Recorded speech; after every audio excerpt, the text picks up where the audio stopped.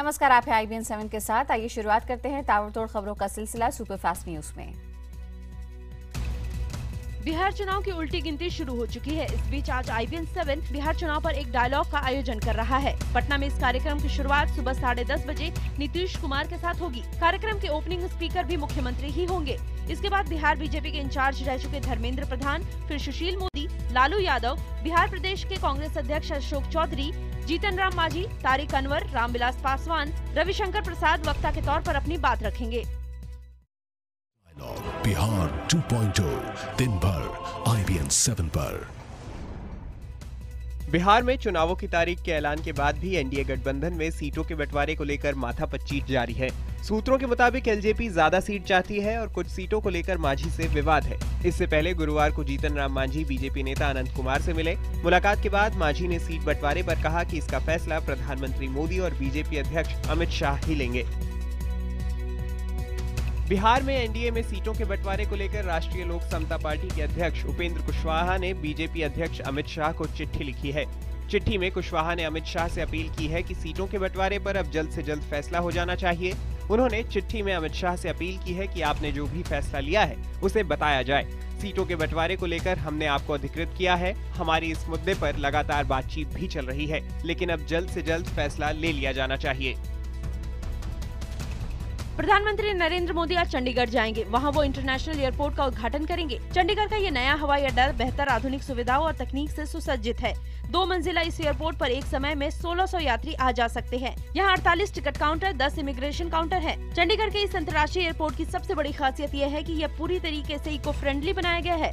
Chandigarh international airport के उद्घाटन के बाद पीएम मोदी सेक्टर 25 के एक रैली को संबोधित करेंगे। पीएम की रैली को देखते हुए सुरक्षा के पुख्ता इंतजाम किए गए हैं। इसके बाद पीएम PGI के दीक्षांत समारोह में शामिल होंगे। गुरुवार को विश्व हिंदी सम्मेलन का उद्घाटन करने के लिए भोपाल पहुंचे प्रधानमंत्री नरेंद्र मोदी ने कांग्रेस पर तीखा हमला बोला है। एयरपोर्ट के बाहर पार्टी कार्यकर्ताओं को संबोधित करते हुए पीएम मोदी ने कांग्रेस पर जमकर निशाना साधा। प्रधानमंत्री ने कहा कि कांग्रेस संसद रोककर देश के विकास में रोड़ा बन रही है। प्रधानमंत्री ने कहा कि सिर्फ कांग्रेस को छोड़ सभी दल संसद चलने देना चाहते थे, लेकिन कांग्रेस ने संसद को नहीं चलने दिया। साथ ही प्रधानमंत्री ने कांग्रेस पर हमला करते हुए कहा कि काले धन पर कानून बन जाने के बाद हवालेबाज घबराए हुए हैं और यही हवालेबाज उनसे हिसाब मांग रहे हैं। मध्य प्रदेश की राजधानी भोपाल में गुरुवार से 10वां विश्व हिंदी सम्मेलन शुरू हो गया है। इसका उद्घाटन प्रधानमंत्री नरेंद्र मोदी ने किया। मध्य प्रदेश के सीएम शिवराज सिंह चौहान ने पीएम की अगवानी की। 32 साल बाद हिंदुस्तान की धरती पर हो रहे विश्व हिंदी सम्मेलन के आखिरी दिन यानी शनिवार को सदी के महानायक अमिताभ बच्चन भी शिरकत करेंगे। सम्मेलन में गूगल, माइक्रोसॉफ्ट और एप्पल जैसी बड़ी कंपनियों ने प्रदर्शनी लगाकर ये बताने की कोशिश की है कि बाजार में बने रहने के लिए उन्हें भी हिंदी की जरूरत है। पीएम मोदी ने विश्व हिंदी सम्मेलन में लोगों को संबोधित करते हुए ये भी बताया कि उन्होंने हिंदी कैसे सीखी। हम जानते हैं हमारे गुजराती लोग हिंदी कैसी बोलते हैं, तो लोग मजाक भी उड़ाते हैं। लेकिन मैं जब बोलता था तो लोगों मानते मुझे पूछते थे, मोदी जी आप हिंदी भाषा सीखे कहां से? आप इतनी हिंदी अच्छी बोलते कैसे हैं? अब हम तो वही पढ़े जो सामान्य रूप से पढ़ने को मिलता है, थोड़ा स्कूल में पढ़ाया जाता, उससे ज्यादा नहीं। लेकिन मुझे चाय बेचते बेचते सीखने का अवसर मिल गया। कांग्रेस उपाध्यक्ष राहुल गांधी के ओडिशा दौरे का आज दूसरा दिन है। राहुल 2 दिन के ओडिशा दौरे पर बारगढ़ जिले में किसान बचाओ मार्च का नेतृत्व कर रहे हैं। गुरुवार को बारगढ़ पहुंचने पर राहुल ने मोदी सरकार पर जमकर हमला बोला। राहुल ने पीएम मोदी को किसान विरोधी बताया और कहा कि मोदी किसानों को उनकी जमीन से बेदखल करना चाहते हैं।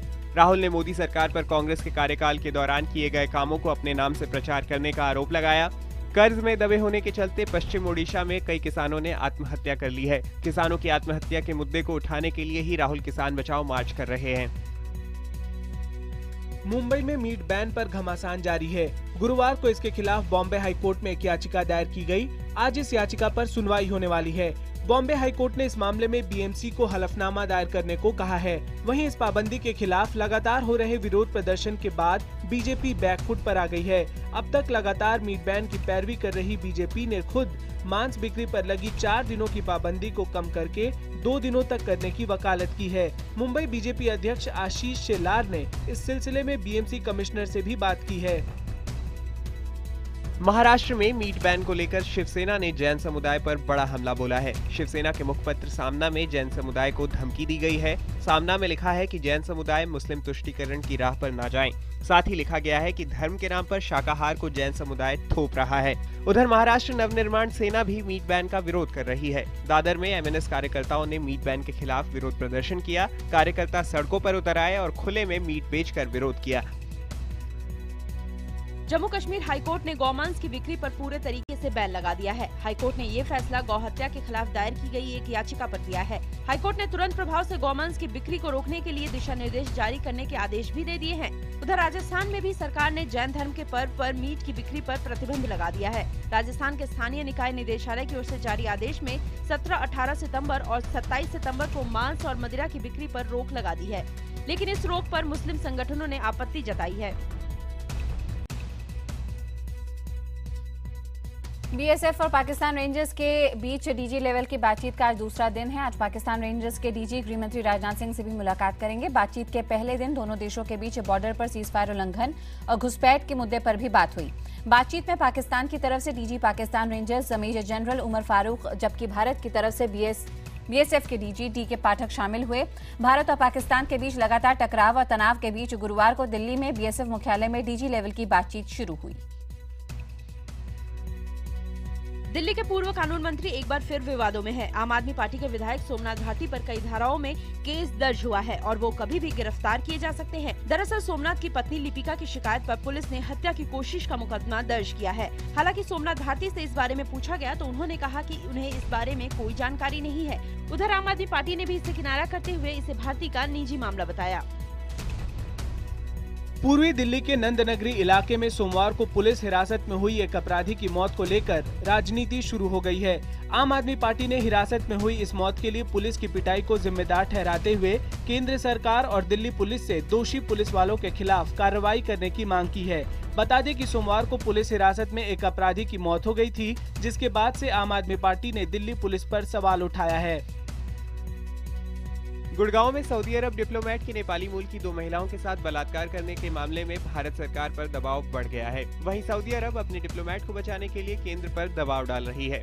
गुड़गांव में नेपाली मूल की महिलाओं के साथ बलात्कार और उन्हें बंधक बनाए जाने के मामले में अब तक किसी की गिरफ्तारी नहीं होने के खिलाफ नेपाली महिलाओं और महिला संगठनों ने दिल्ली में सऊदी अरब दूतावास पर जमकर धरना प्रदर्शन किया। गुड़गांव पुलिस ने बलात्कार के इस मामले में सऊदी अरब के डिप्लोमेट और उसके 3 साथियों के खिलाफ बलात्कार, अप्राकृतिक यौनाचार, आपराधिक षड्यंत्र और बंधक बनाए जाने सहित कई धाराओं में मुकदमा दर्ज कर रखा है। इस बीच नेपाली मूल की दोनों पीड़ित महिलाएं गुरुवार को वापस नेपाल चली गईं। दिल्ली विश्वविद्यालय में आज से छात्र संघ के चुनाव होंगे। टूसू में पिछले कई दशकों से मुख्य मुकाबला बीजेपी समर्थित एबीवीपी और कांग्रेस समर्थित एनएसयूआई में हुआ करता था, लेकिन इस बार आम आदमी पार्टी समर्थित सीवाईएसएस के मुकाबले में आने से ये चुनाव काफी दिलचस्प हो गए हैं। डूसू छात्र संघ के 4 पदों के लिए इस बार 35 उम्मीदवार मैदान में हैं। मतदान 2 चरणों में कराए जाएंगे। सुबह 8:30 से 12:30 बजे तक और शाम 3 से 7 बजे तक मतदान होंगे।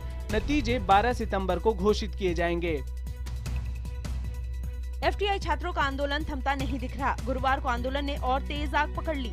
एफटीआई के अध्यक्ष पद से गजेंद्र चौहान को हटाए जाने की मांग के साथ गुरुवार को 3 छात्र अनिश्चितकालीन अनशन पर बैठ गए। छात्र संगठन ने धमकी दी है कि अगर जबरदस्ती तीनों छात्रों को अस्पताल भेजा गया तो उनकी जगह दूसरे छात्र अनशन पर बैठ जाएंगे। बता दें कि 51 दिनों से ये छात्र गजेंद्र चौहान के चुने जाने के खिलाफ प्रदर्शन कर रहे हैं।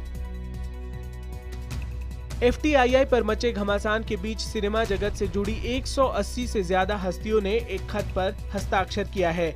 इस खत को राष्ट्रपति के पास भेजा जाएगा और उनसे एफटीआईआई विवाद मामले में हस्तक्षेप की मांग की जाएगी। खत में ऑस्कर पुरस्कार विजेता साउंड डिजाइनर रेसूल पोकुट्टी, निर्देशक अदूर गोपाल कृष्णन, दिबाकर बैनर्जी के अलावा मणिरत्नम, संतोष सिवान, सईद मिर्जा, जानू बरुआ, कुंदन शाह जैसे निर्देशकों ने भी हस्ताक्षर किया है। फिल्मी हस्तियों ने चयन प्रक्रिया में पारदर्शिता लाए जाने की मांग की वकालत की है। साथ ही इशारों में मौजूदा सोसाइटी को हटाए जाने की भी मांग रखी है।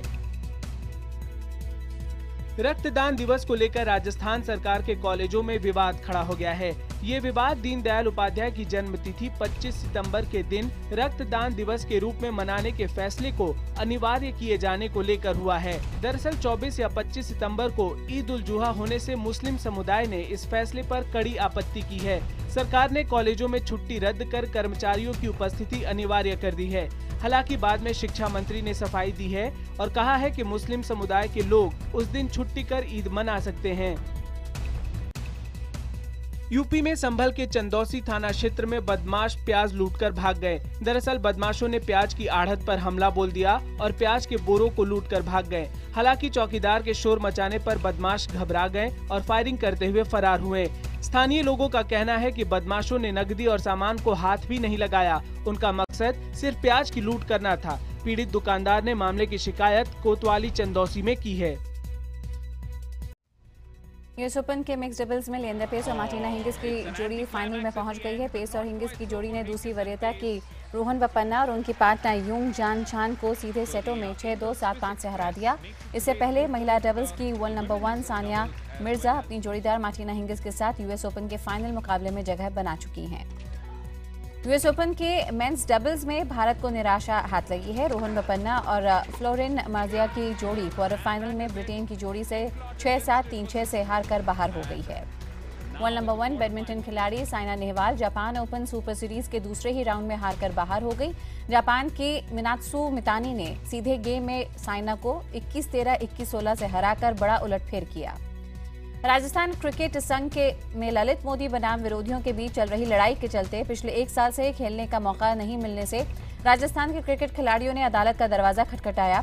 राजस्थान रणजी टीम के कप्तान पंकज सिंह ने IBN 7 से बात करते हुए कहा कि दोनों गुटों की कुर्सी की इस जंग से खिलाड़ियों का करियर तबाह हो सकता है।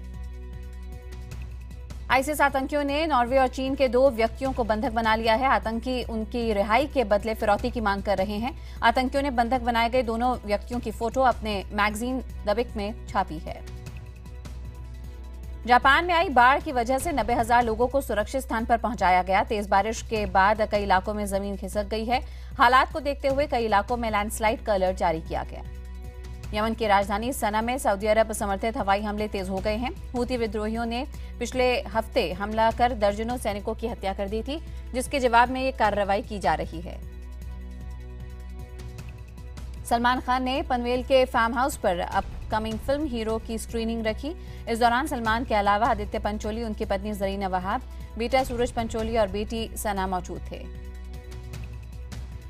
दीपिका पादुकोण अपनी आने वाली फिल्म तमाशा में फोटोग्राफर का किरदार निभाती नजर आ सकती हैं। तमाशा के ऑफिशियल पेज पर फिल्म का एक फोटो पोस्ट किया गया है। सनी लियोनी सिल्वर स्क्रीन पर सुपर वुमन के किरदार में नजर आएंगी। सनी अपने पति डैनियल वेबर के साथ बॉलीवुड में अपना प्रोडक्शन हाउस खोलने जा रही हैं।